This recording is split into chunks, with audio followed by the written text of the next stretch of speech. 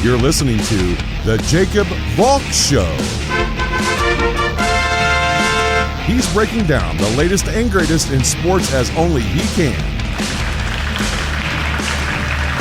Follow him on Twitter at RealJacobValk. Here he is, Jacob Valk.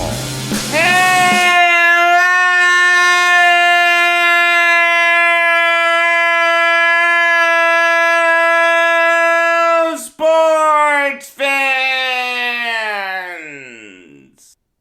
Welcome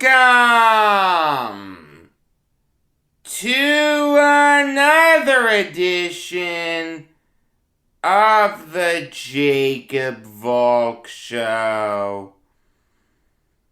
I am the Jacob Valk, and you're not. The last couple days I've focused solely on basketball. You're gonna get a lot of basketball today, I promise you that, but I gotta start with football.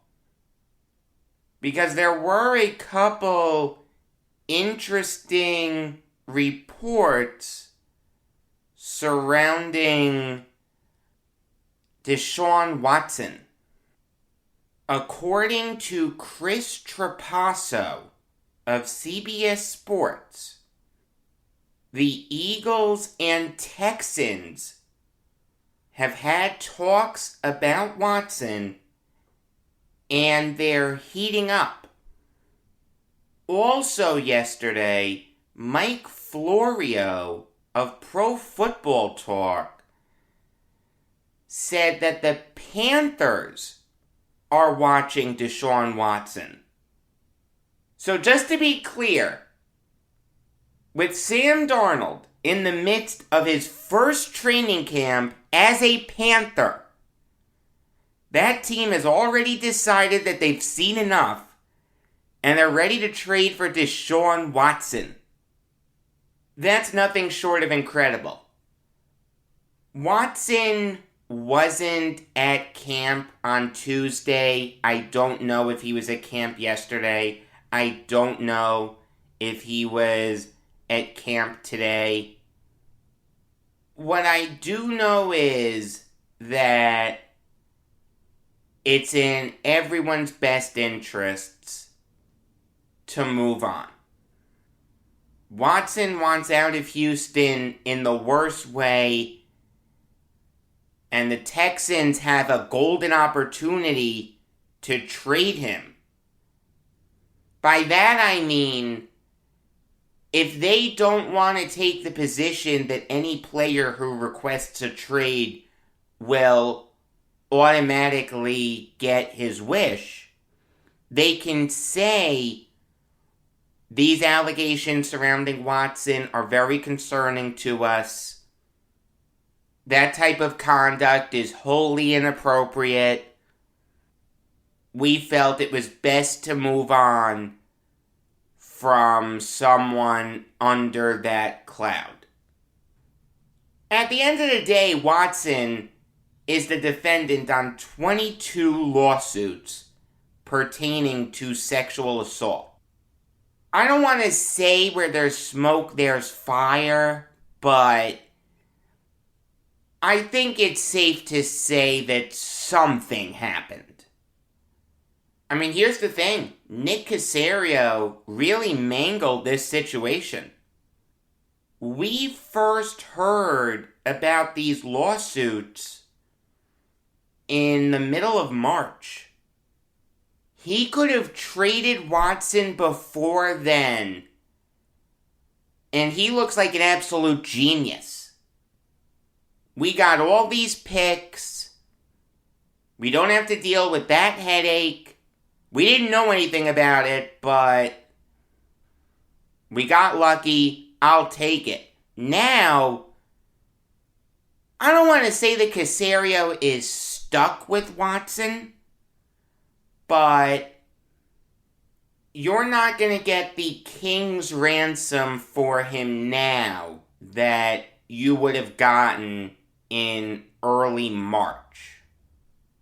there was a report from Ben Volen of the Boston Globe a little under a week ago that said that Caserio wants 5 high draft picks and quality players. Even if I'm excluding the sexual assault allegations, that's a ton to give up for Watson. Now, forget about it. No team is giving you that.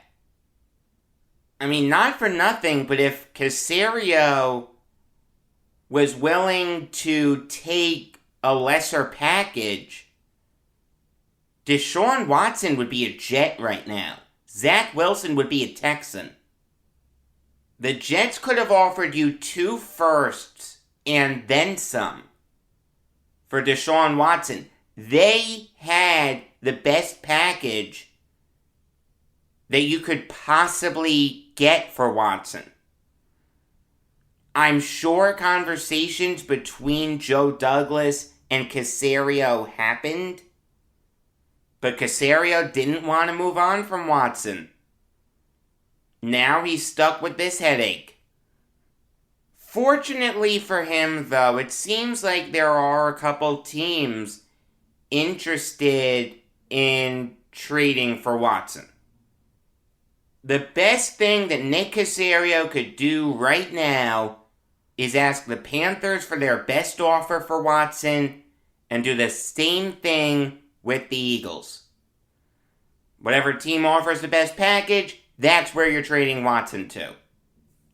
It makes no sense to hold on to him. It's a toxic situation for everyone.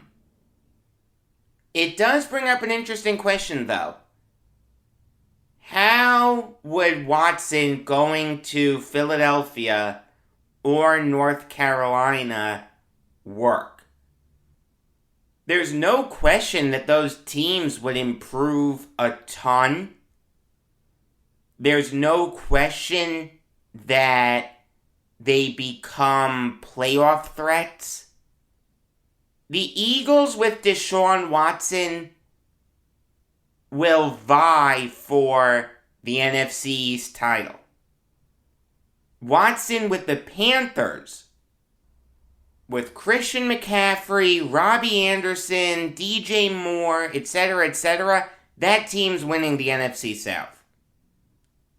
I will say this, though. As much as I hate Sam Darnold, I find it kind of hard to believe that the Panthers would be willing to move on from him before he even gets into a game.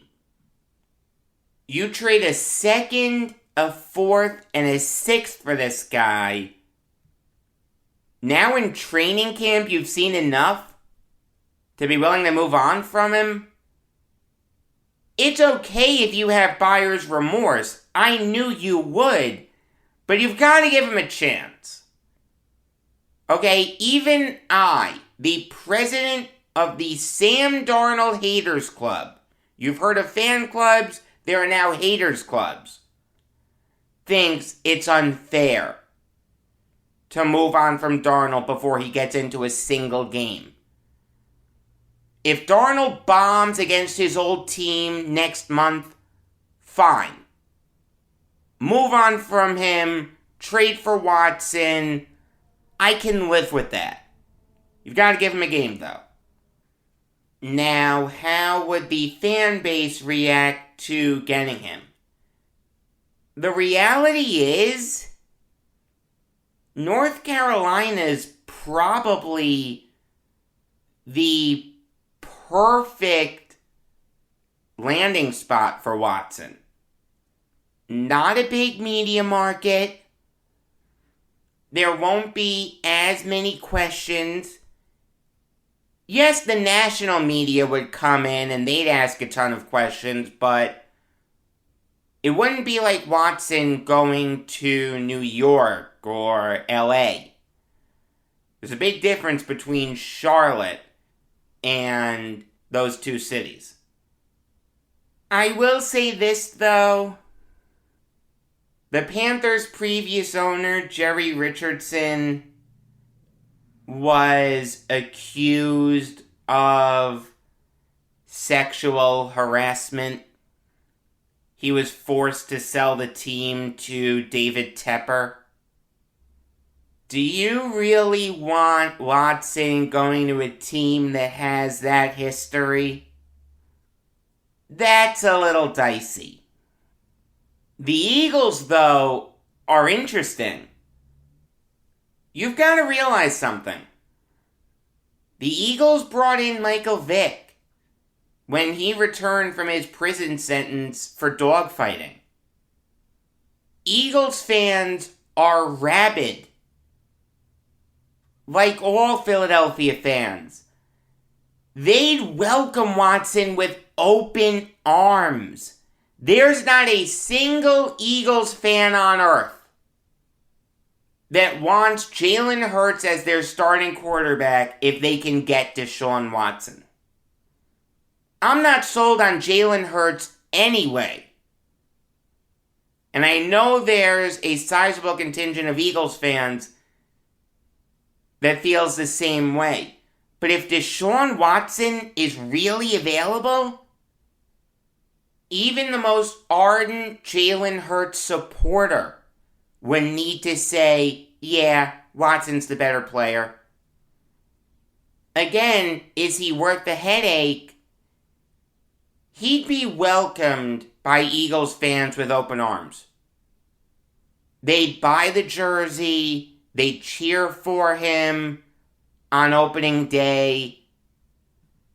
I can see the headlines now. Eagles fans prove why they're bad by rushing to support Deshaun Watson.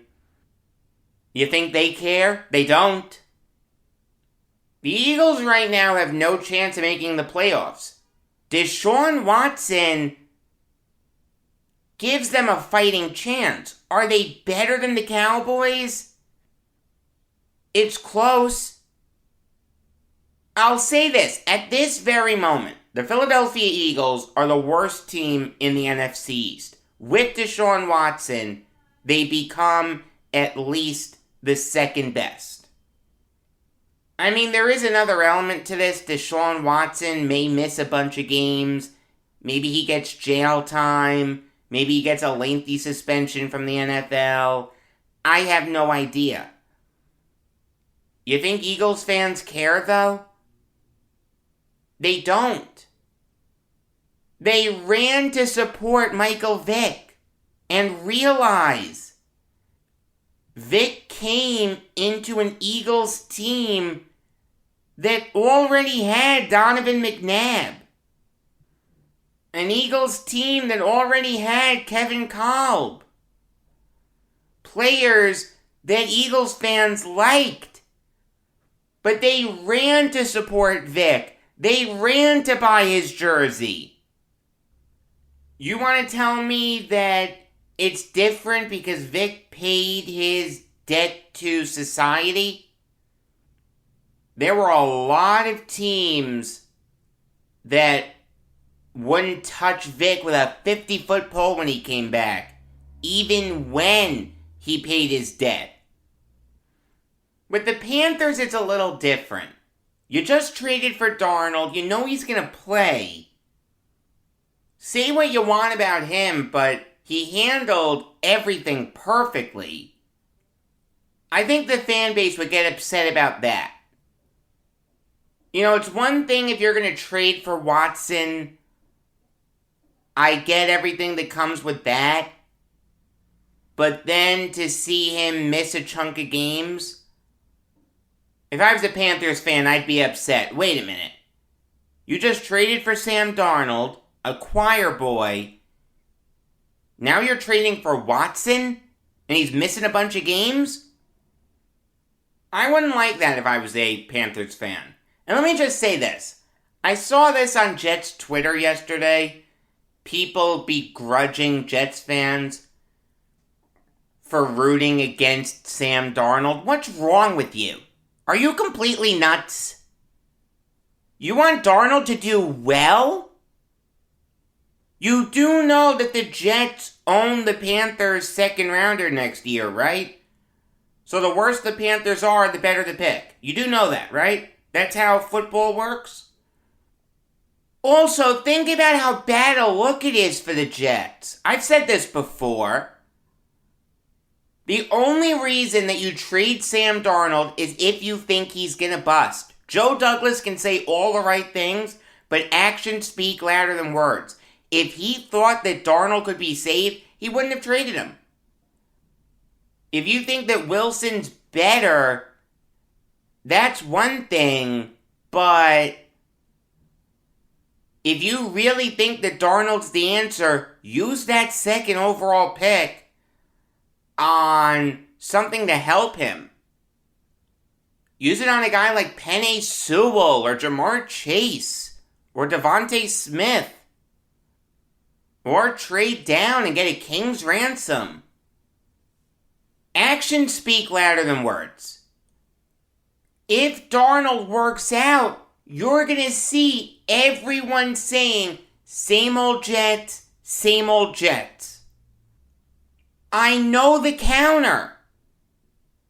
We have Zach Wilson, look at him, we're not focusing on Darnold.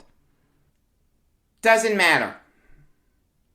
Texans fans are still tortured by people after they see DeAndre Hopkins do DeAndre Hopkins things. I've even seen it with Jamal Adams. I've seen people say, this is what the Jets gave up, and it's Jamal Adams laying a big hit on someone. I don't want that again. I mean, I understand if you're rooting for Darnold to succeed. The Jets did everything wrong in supporting him, and Darnold handled everything perfectly. It seems like he's a nice guy, easy to root for. If you're rooting for him, okay. If you're rooting against him, okay. To begrudge someone, either way, I don't like that. I mean, I'll say this. I understand the argument in supporting him, but I disagree with it. And I would question that mindset. But I wouldn't insult the person. I saw those people getting insulted that were hating on Sam Darnold. That's a joke. Let me ask you something. Person begrudging Jets fans for hating on Sam Darnold. How do you feel about Jamal Adams? Do you want him to succeed? Do you want Leonard Williams to succeed? Your answer better be no. If you hate Sam Darnold and you're rooting for him to fail with the Panthers, don't worry. You're in good company. You're doing nothing wrong. Actually, I think that's the correct mindset. All in all, I don't want to see Watson with the Panthers. You just traded for Darnold, even though I don't think it's going to work. You've got to give him a chance. Give him a chance to prove me wrong. That's what I said after he was drafted. I killed the pick, but prove me wrong. As for the Eagles, trade for him now. Your fans would love it. And it vaults you into playoff contention. Make no mistake about it.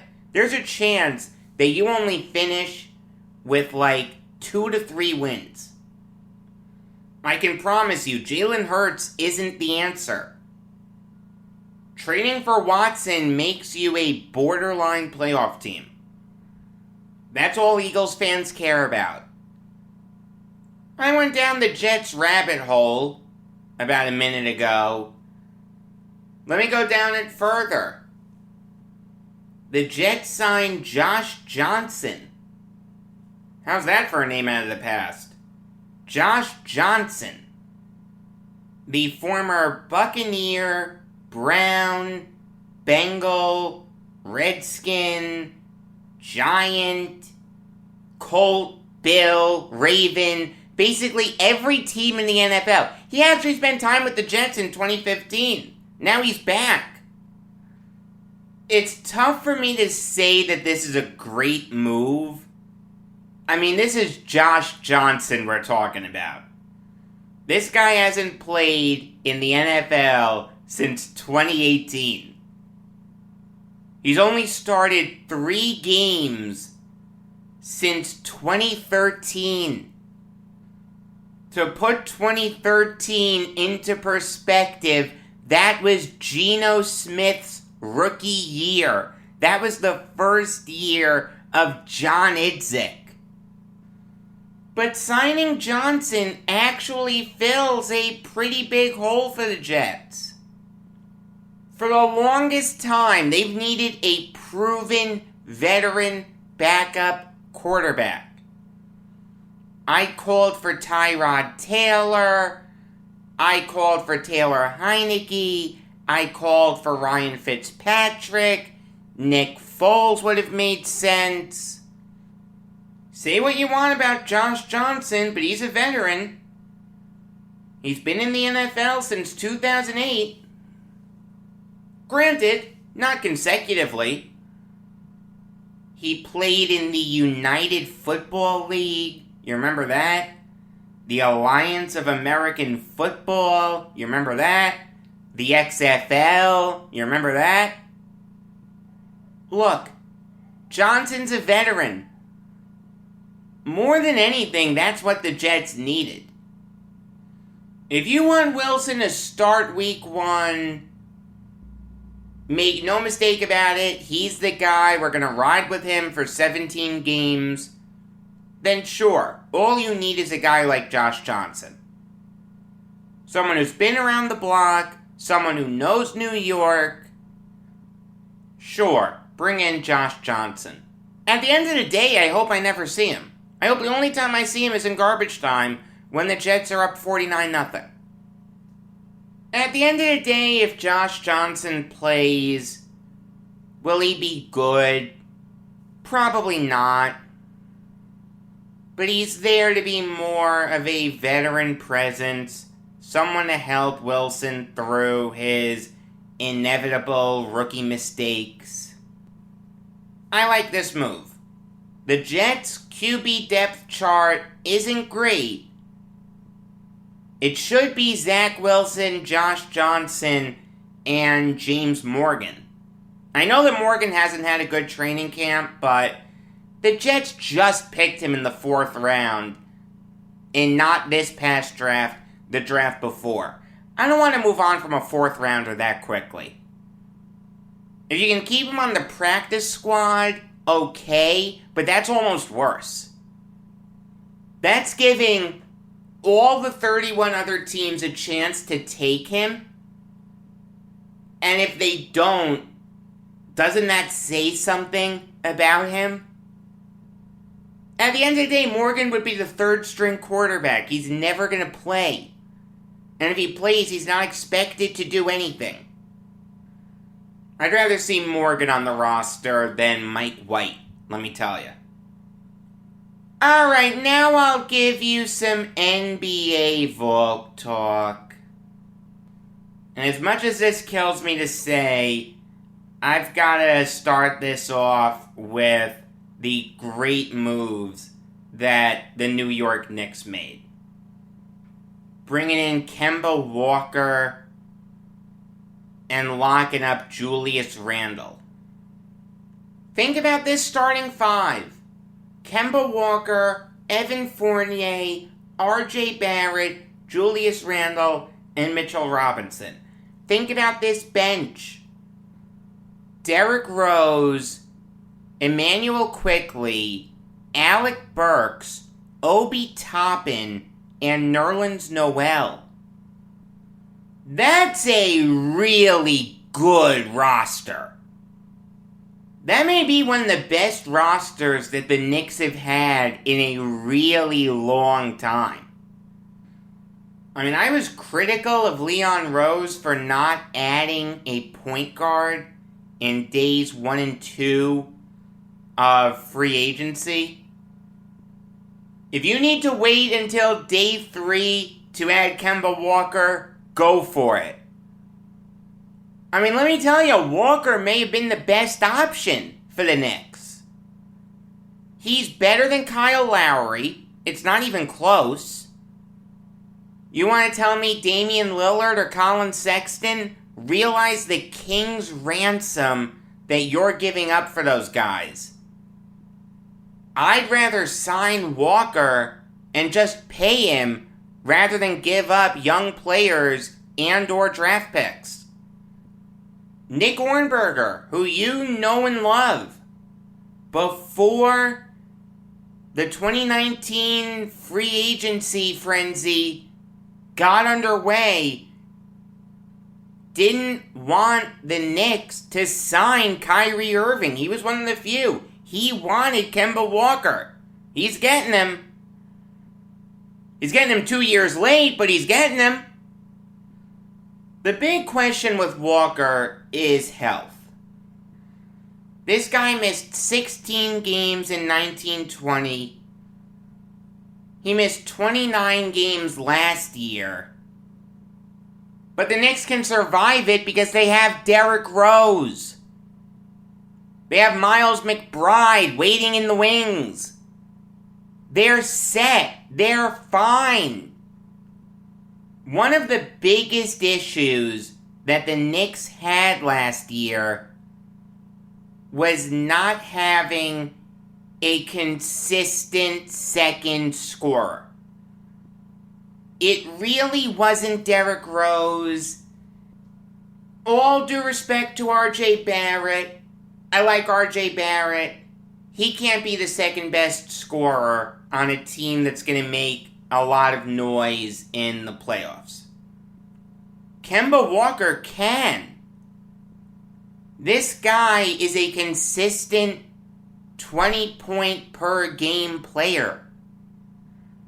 And for the first time in a really long time, maybe since Carmelo Anthony, I would need to think about it, a really good NBA player who's from the New York area chose to go to the Knicks. Baby steps. Kemba Walker's not a superstar anymore. This doesn't count as getting a superstar, but he's really, really good. It's really a match made in heaven. The Knicks get their starting point guard. Walker lands with a team that has the potential to do something in the playoffs. Don't kid yourself. This may open the door to the Knicks landing a true superstar in free agency. Obviously not this year. They're not getting Kawhi. But maybe next year? I don't think that's impossible. And locking up Julius Randle was something that the Knicks really needed to do. You didn't want him to hit free agency. I understand the logic of wait until he does this again before you give him a big contract or you fall madly in love with him.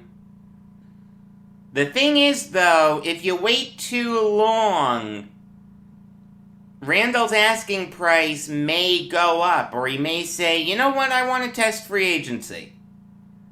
I want to go down that road again. And I do think Randall's going to have another great year. Like, people forget this.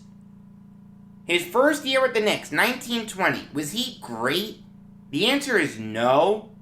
But he was really, really good. He put up 19.5 points per game. Put up 9.7 rebounds per game. He took a big jump last year. There's no question. And he developed a long-range shot. But Randall has proven that he's a, if not great, really, really, really, really, really good player. The Knicks now have a lot of really good players. Randall, Walker, Rose, Barrett. If you want to put Robinson on there, you can. Fournier. If you want to put Quickly on there, you can. Maybe Noel. maybe Burks. This kills me to say, but the Knicks are going to be really good next year. Moving on now to the Magic, signing Mo Wagner to a 2-year deal. And this makes sense for the Magic. I didn't like them bringing in Robin Lopez. I didn't think that made sense. Bringing in Wagner does. He's 24. He was really, really good for the Magic in limited time. Put up 11 points per game. Put up 5 rebounds per game. I've always liked Wagner. In 2018, I wanted him to slip to the Nets desperately.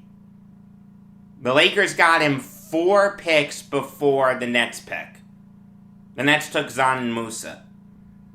That did work out because the Nets turned Musa into Bruce Brown, but I really would have liked Wagner. Great move by the Magic in locking him up. It makes a ton of sense. The Magic aren't going to be any good next year, but they actually have some exciting players. Jalen Suggs, Markelle Fultz, Cole Anthony, RJ Hampton, Franz Wagner. Oh, I just realized something. The Magic paired Mo Wagner with his brother, Franz Wagner. Good job by them. Jonathan Isaac is exciting. Chuma Okeke's exciting. Wendell Carter's exciting. Mo Bamba's exciting. I think Mo Wagner's exciting. The Magic will be fun. Moving on now to the Celtics, bringing back Enes Kanter on a 1-year deal worth the veteran's minimum. He spent last year with the Trailblazers. The year before, he was a Celtic. So Brad Stevens is bringing in a guy who he's familiar with. Kanter actually would have made a little sense for the Nets. What did I say the Nets really needed? A true rebounder. Someone with size. Kanter's 6'10", 250. Yeah, he's a terrible defender, but he's a really good rebounder. He averaged 11 rebounds per game last year. And he put up 11.2 points per game. He averaged a double-double. That's pretty darn good.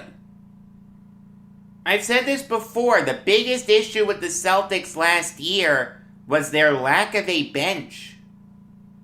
Bringing in Kanter is a really good fit. He'll give the Celtics solid bench production. Like I said, Stevens knows him. Kanter will be a really good backup center. Moving on now to the Heat, bringing back Victor Oladipo on a 1-year deal worth the minimum salary. This has the potential to be one of the steals of the offseason. When healthy, Victor Oladipo is great. People forget this. Before the injury bug really bit him, he had made back-to-back All-Star teams. He led the NBA in steals 1 year.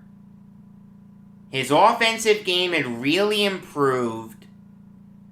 Like, people were talking about the Pacers building around Victor Oladipo. There was a sense that the Pacers could put a title contender around him.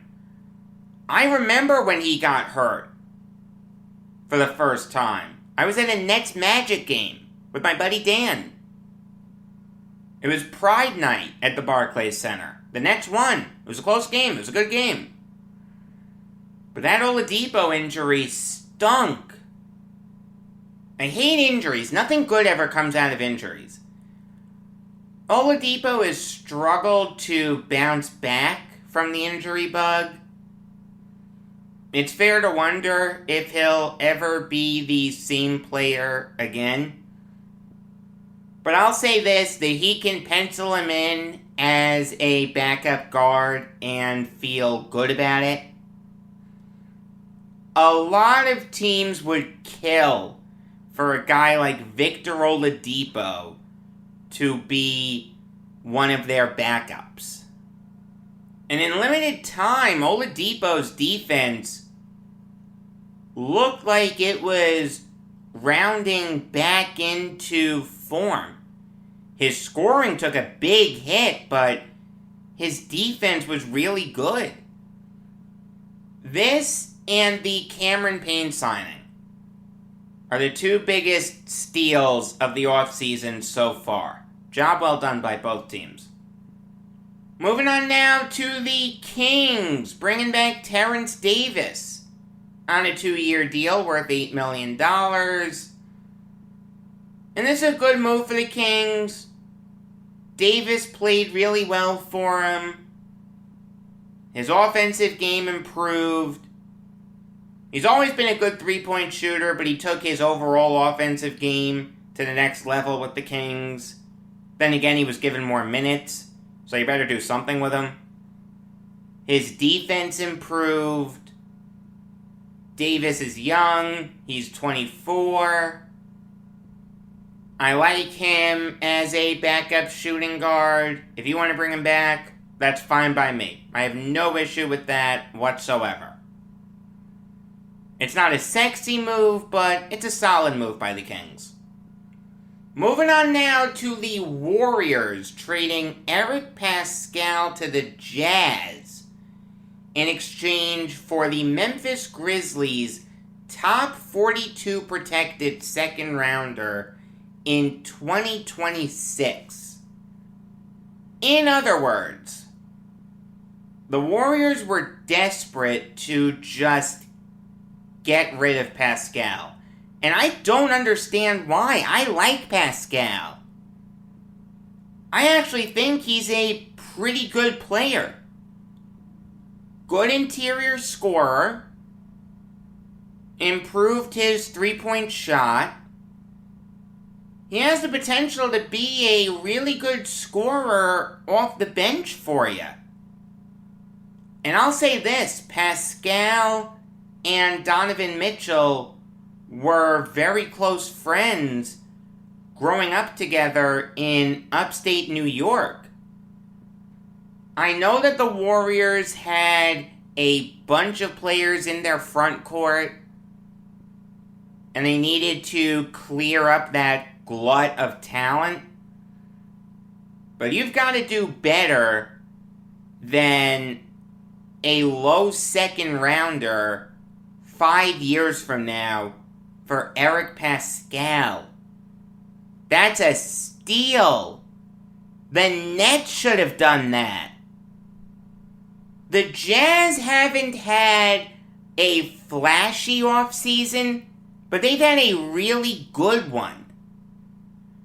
Stealing Jared Butler with the 40th overall pick. Bringing in Rudy Gay. Bringing in Hassan Whiteside. Now trading for Pascal?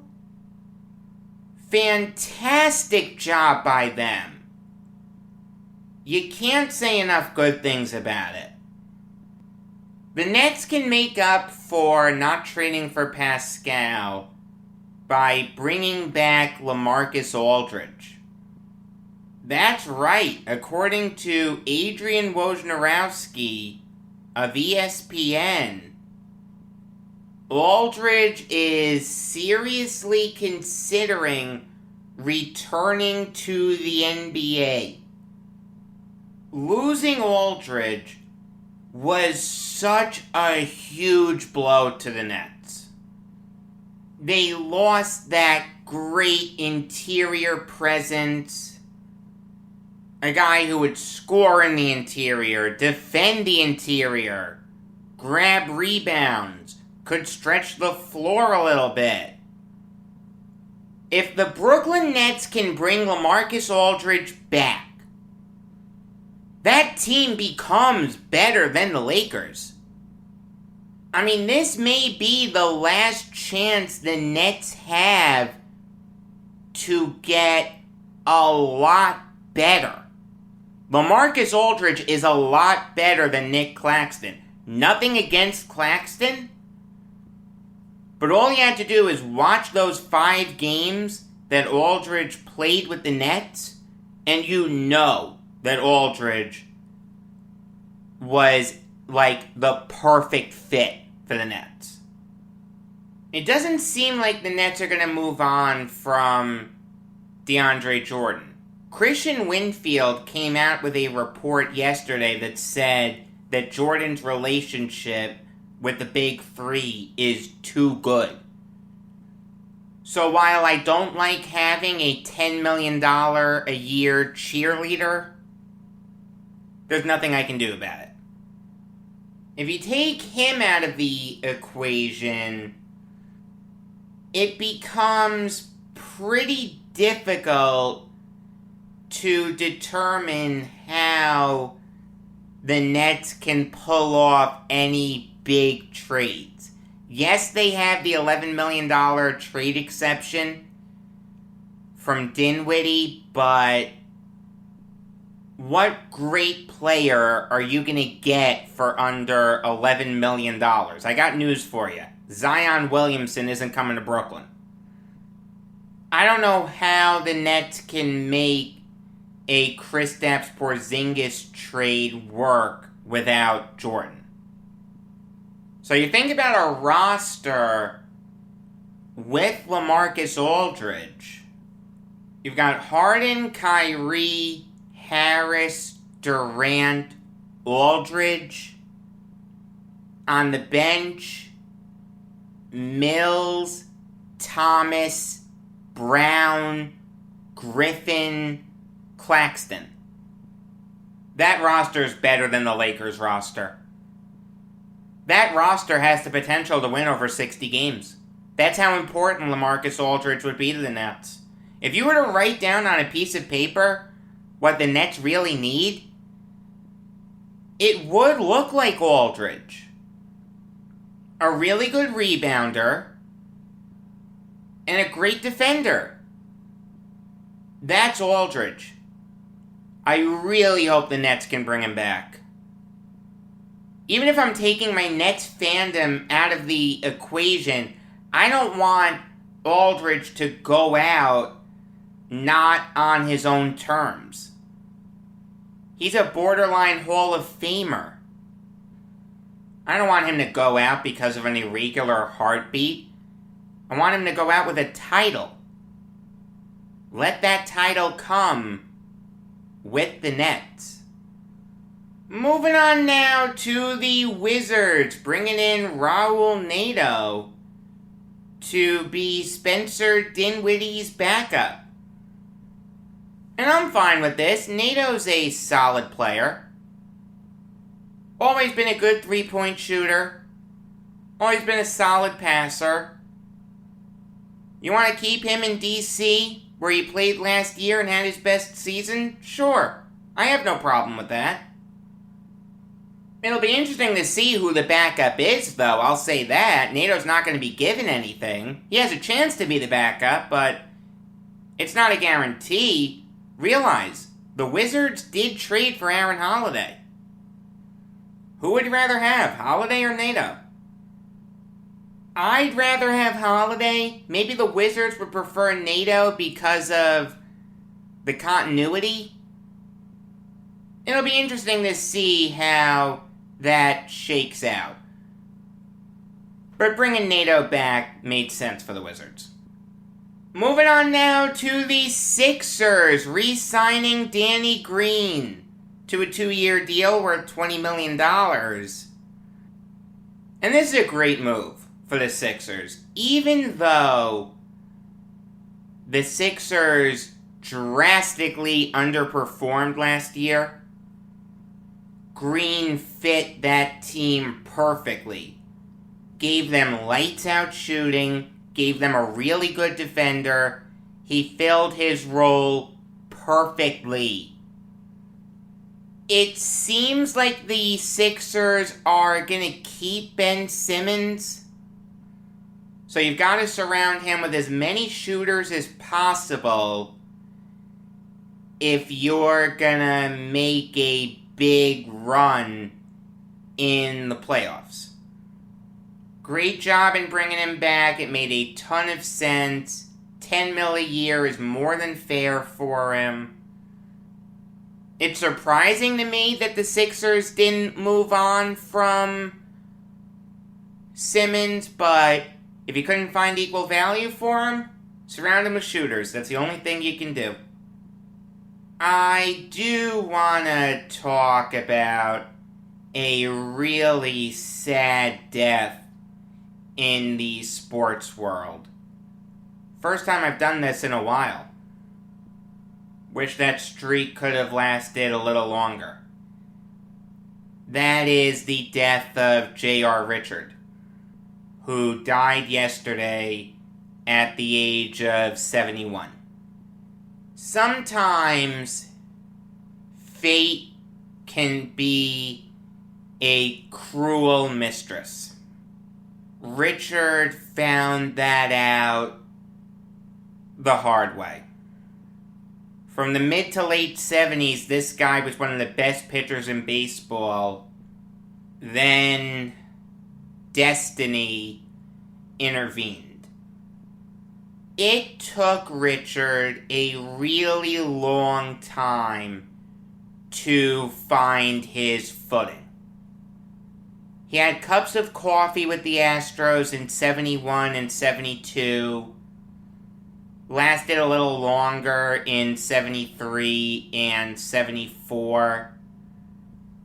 Then in 75, Richard finally lasted a full season in the rotation. He pitched over 200 innings, but he really wasn't anything special. He went 12 and 10 with a 4.39 ERA. The reason why he wasn't as effective as he'd become was because he was wild. He'd walk a lot of batters.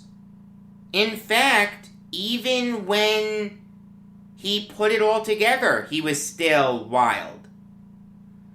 In 75, his first full year in the rotation, Richard led the majors in walks with 138 and wild pitches with 20. He had a winning record for a really bad Astros team. That was impressive. And he finished with 176 strikeouts. That was 5th highest in the National League, but it didn't seem like he turned into anything great. Then 76 happened. With Bill Verdon as his manager, coming over from the Yankees, Richard became fantastic. He went 20 and 15 with a 2.75 ERA. He had 214 strikeouts. He was fantastic. The year after that, he went 18 and 12 with a 2.97 ERA. He finished with 214 strikeouts again. Then he took the jump from excellent to elite. In 1978, Richard went 18 and 11 with a 3.11 ERA while striking out 303 batters. That led the majors. He became the first right-hander in National League history to strike out over 300 batters in a season. The year after that, he got even better. He went 18-13 with a 2.71 ERA. That led the majors. You know how many strikeouts he had? 313. Once again, that led the majors.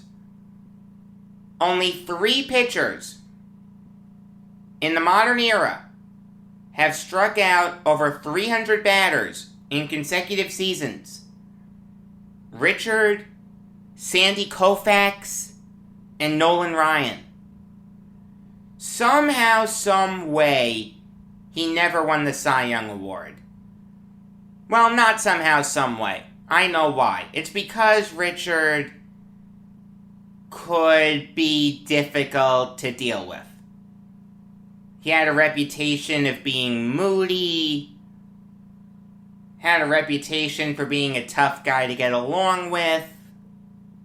Not an easy guy to get along with. Maybe if they knew what he'd go through the year after, they would have been a little nicer. Richard was on his way towards his best season. Through the first half, he was 10-4 with a 1.9 ERA. He made his only All-Star team. That offseason, the Astros had signed Nolan Ryan. If you pair J.R. Richard with Nolan Ryan, that's bad enough. But to add to that the fact that the Astros also had guys like Joe Niekro, Ken Forsch, and Vern Rule, that had the potential to be one of the best pitching staffs in Major League history. But we'd only get to enjoy it for half a year. Throughout the year, Richard complained about his arm. No one took him seriously. He was still pitching great, so why be cautious? On July 14th, 1980, Richard couldn't even make it through the 4th inning. He got dizzy. He had numbness in his right fingers. He couldn't even hold on to a baseball. That day would be the last day that J.R. Richard ever pitched in the majors. Somehow, some way, this was deemed the appropriate course of medical action for Richard. He had an angiogram, which visualizes the inside of arteries, veins, stuff like that. They found that he had a completely obstructed artery in his right arm. His left arm was fine. His neck was fine. His right arm wasn't. You'd think they would do something with the arm, right? No. What was recommended to Richard was to go to a chiropractor.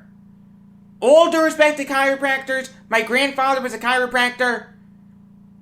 If you have a right arm with an obstructed artery, you don't go to a chiropractor. Richard had his neck rotated.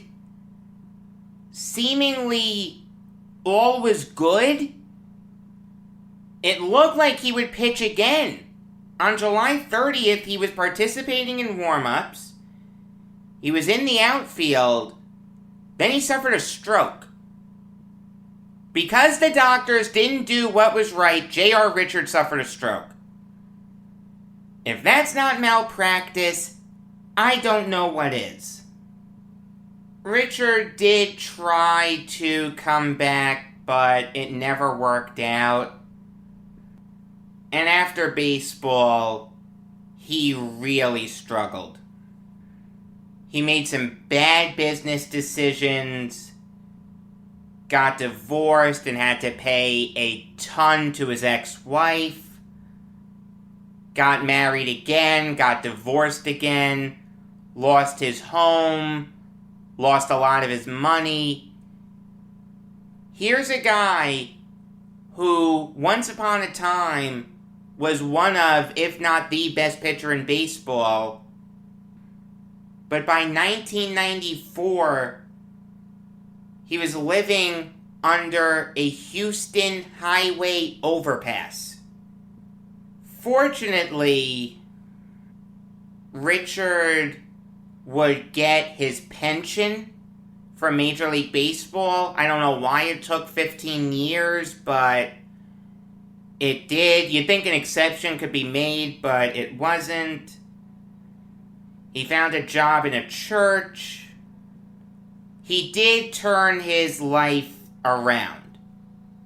Here's a guy who was at the highest of highs, then the lowest of lows, then somehow, some way, got even lower than that, but then put his life back together. How good J.R. Richard could have been if he had stayed healthy is without question one of the biggest what-ifs in baseball history. May he rest in peace. Until tomorrow, I am Jacob Valk. And always remember, if you disagree with me, you're wrong.